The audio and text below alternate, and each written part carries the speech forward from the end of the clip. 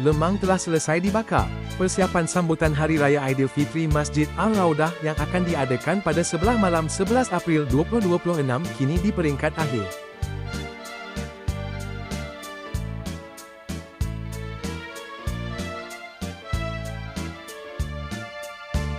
Sebahagian ahli karya masjid telah turun bergotong royong menyusun menu hidangan seperti lemang, kari daging dan lain-lain.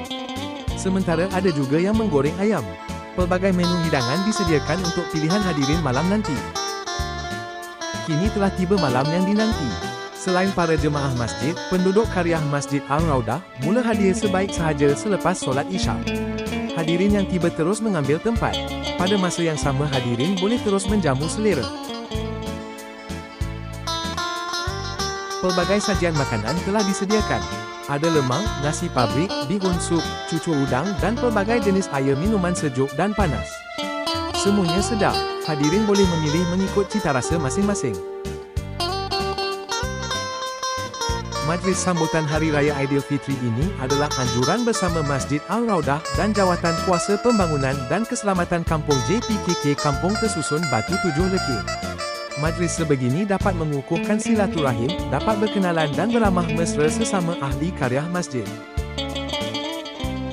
Selain makan-makan, majlis juga diisikan dengan acara kuis dan cabutan bertuah. Banyak hadiah disediakan oleh pihak masjid dan juga dari sumbangan orang ramai. Kehadiran muslimin dan muslimat dari pelbagai peringkat umur menampakkan perpaduan erat komuniti karya Masjid Al-Raudah. Pengerusi Masjid Tuan Haji Muhammad Ahir bin Abdul Latif melahirkan rasa gembira akan situasi ini dalam ucapannya di Dewan Masjid.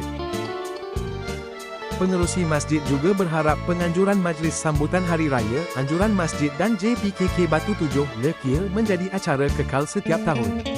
Penglibatan pelbagai pihak berganding bahu menjayakan program ini sangat-sangat beliau hargai. Semoga Allah mengurniakan kebaikan yang banyak.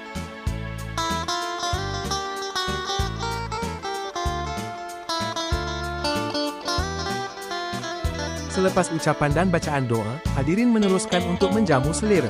Sementara itu, tidak dilupakan juga ialah golongan kanak-kanak. Kanak-kanak berumur 12 tahun ke bawah diberi duit raya. Betapa gembiranya mereka mendapat duit raya.